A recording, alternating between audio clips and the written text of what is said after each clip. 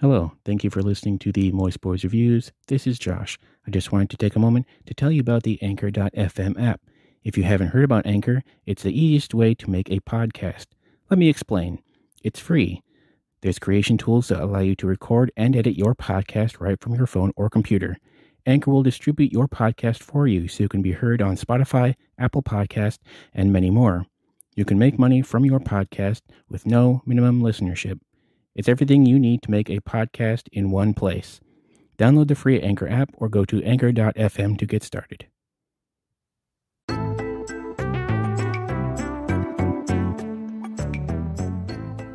What's up, everybody? This is Josh. Welcome to Moist Boys Reviews. From the director and writer of Syriana and the writer of Traffic comes his newest film, Dolittle. That makes sense, I guess. This film has 5 screenwriting credits on it, so that's always a good sign. The film stars, if you can call it that, Robert Downey Jr. It also features Michael Sheen, Jim Broadbent, along with Antonio Banderas in a small role. Voice actors Emma Thompson, Rami Malek, John Cena, Kumail Nanjiani, Octavia Spencer, Tom Holland, Craig Robinson, Ray Fiennes, Selena Gomez, maybe a couple others. So news has come out within the last couple of days explaining how bad Dolittle is. So even though I try to keep an open mind on films going into them and not read any reviews before watching it, I had seen that. And I was not expecting it to be as bad as it was. Pretty much anything that can go wrong in a film does go wrong here. The performances are mostly flat if they are on screen at all, or incredibly broad and off-putting. Robert Downey Jr. after this film will be, I don't know if he's known as the man of 1,000 voices, but after this one he should be, because you hear all of them in this film. I have no idea what his accent is supposed to be, but it is obvious from watching the film that it was all overdubbed long after the fact, because everything is done in a weird whisper and never quite gels with the film in a way that the other dialogue by the other characters do. So it never really pans out that way. Also, it seems to change from scene to scene, so you're never exactly sure what he's trying to do, but he's always doing a weird, sometimes it's Scottish, sometimes it's Irish, sometimes it's just British, but it's never convincing and never always whispered. Michael Sheen plays an incredibly broad German evil scientist doctor character, I guess. It's not entirely clear what his role in the film is. He's one of the villains here. Along with, and this is not a spoiler because it's obvious from the beginning what's going on, unless you're a very small child. But Michael Sheen and Jim Broadbent are the villains in this film, and but it's not entirely sure why. Michael Sheen portrays the doctor, and in the film we learn that the Queen of England has been poisoned, but apparently not by the doctor. So that's confusing. There are 2 child actors in this.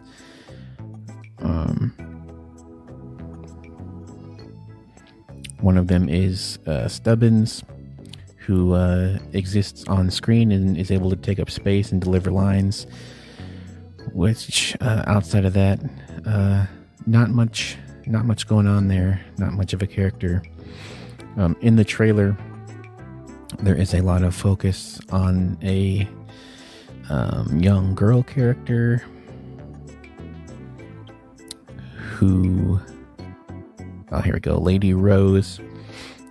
She probably takes up more screen time in the trailer than the boy does, but you find out in the film that 90% of her screen time is actually in the trailer.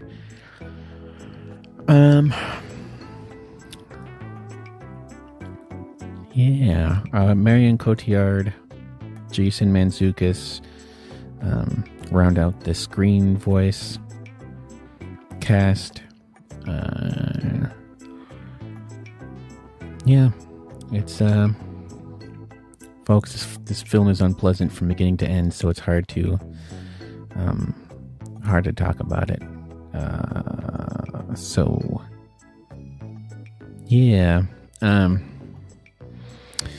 I think even if anything else had worked in the film, which it doesn't, because it is ostensibly an adventure film, but you never feel like you're on an adventure.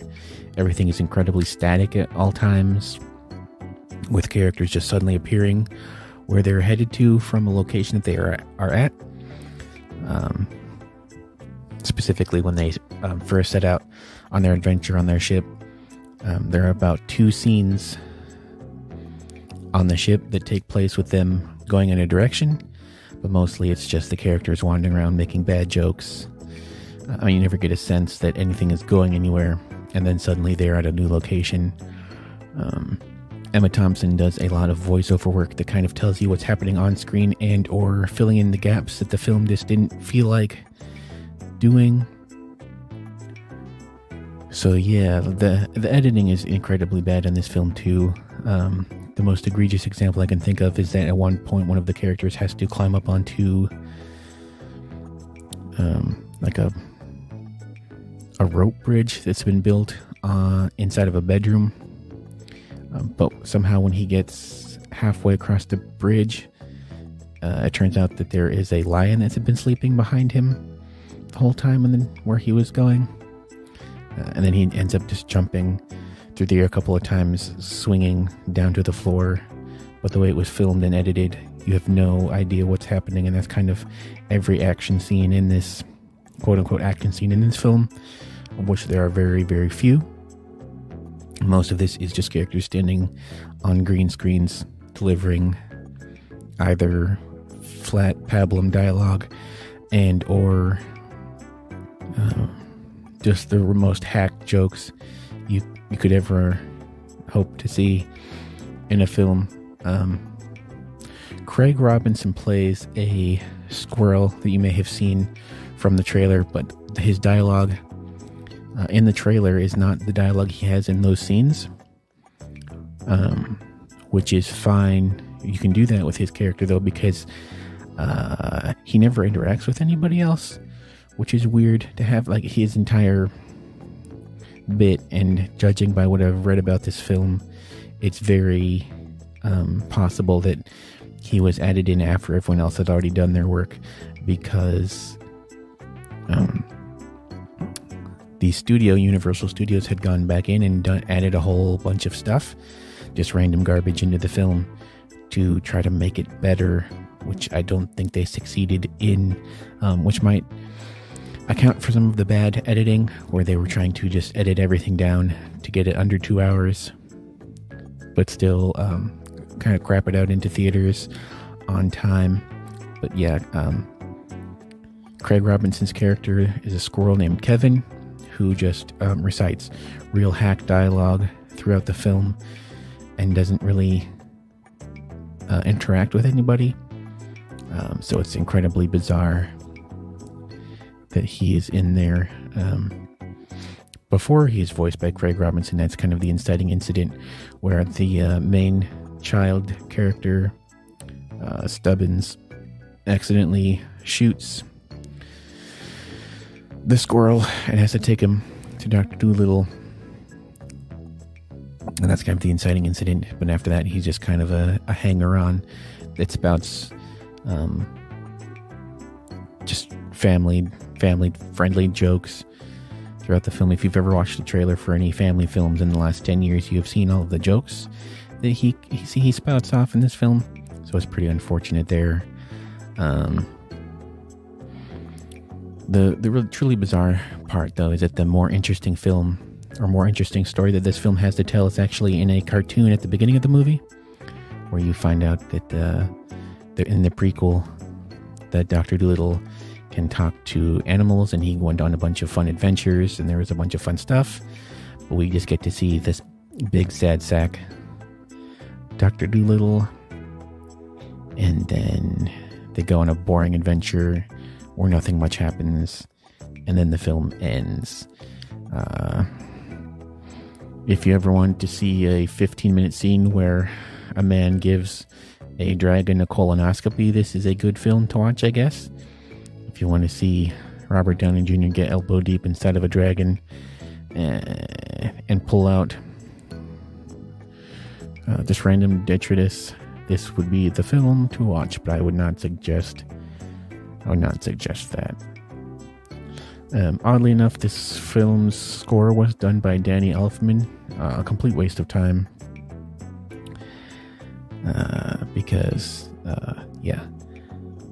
there's no reason for any of this to exist.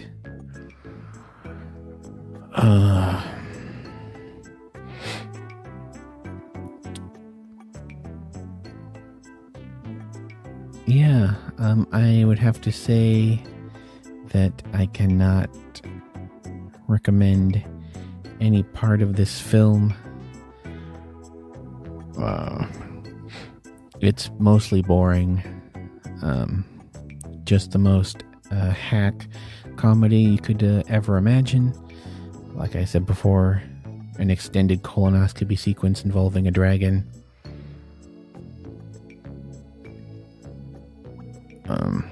No real sense of, like, the worst crime and adventure film can have is having no sense of adventure, and this has none whatsoever.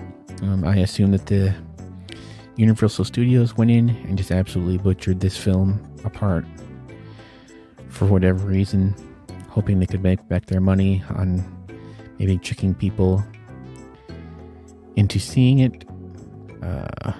But who knows why you would ever in 100 years want to do that.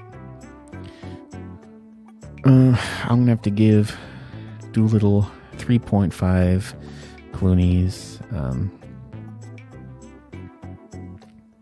I'm just gonna give that to credit those to Antonio Banderas, who was really the only actor that really showed up to be in this film. Everyone else kind of was just cashing a paycheck. So yeah, don't watch this film. It's a nightmare. It's a disaster. Mostly boring, bland, and/or bafflingly unadventurous. And also, I'd just like to tell movie studios, just because you do have de-aging technology doesn't mean you have to use it. This is another film where unnecessarily de-ages Robert Downey Jr. so he can have a flashback that we don't need to see and really doesn't do anything for the film. So yeah, don't watch this, folks. It's a disaster. Thank you for listening to the Moist Boys Reviews. Please check out the Moist Boys podcast for all kinds of fun content, as well as the After Show podcast for those of you that are watching His Dark Materials or The Mandalorian. Until next time,